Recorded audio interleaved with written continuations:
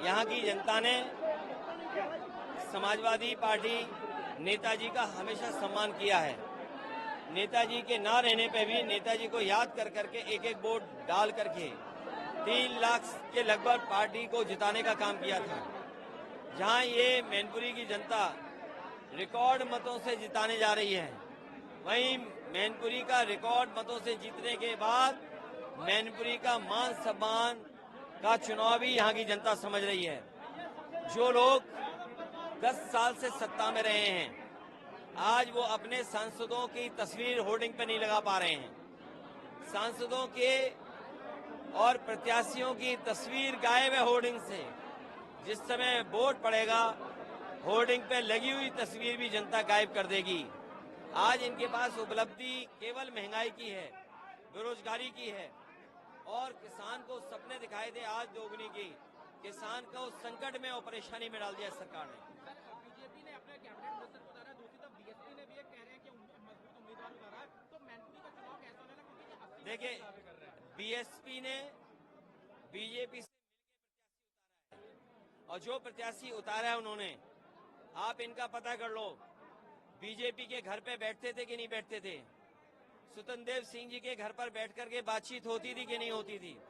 और बड़े बड़े नेताओं ने इन्हें फाइनेंस करने का बेड़ा उठाया कि नहीं उठाया है? तो जो बीएसपी के प्रत्याशी हैं, वो बीजेपी के माध्यम से आए हैं, और बीएसपी ने जो प्रत्याशी काटा है, तो साक्य समाज पूरा अपमानित महसूस कर रहा है।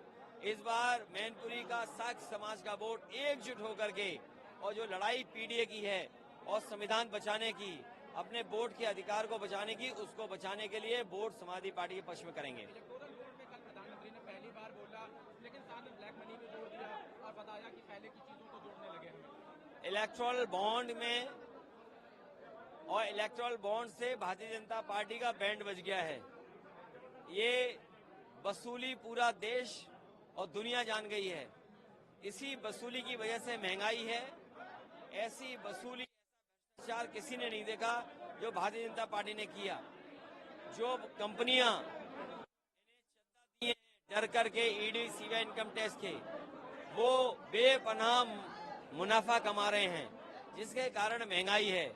जिन लोगों ने ये चंदा वसूली की है, इस बार जनता उनका सफाया करेगी। ये आपने सर एक नया नारा दिया 400 को लेके, जो बीजेपी देता है उसके एक कॉन्ट्रडिक्टरी आपने नारा दे दिया 400 हारेगा।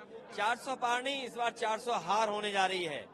और इसलिए 400 हार होने जा रही है क्योंकि इन्होंने अपने भारतीय जनता पार्टी के हर लोकसभा के प्रत्याशी की होर्डिंग से तस्वीर गायब कर दी। और भारतीय जनता पार्टी के प्रत्याशी जो मैनपुरी में आए हैं, वो पहले ही स्वीकार कर चुके हैं कि समाजवादी पार्टी यहाँ जीतेगी। और बीजेपी के कार्यकर्ताओं का मनोबल टूट गया है।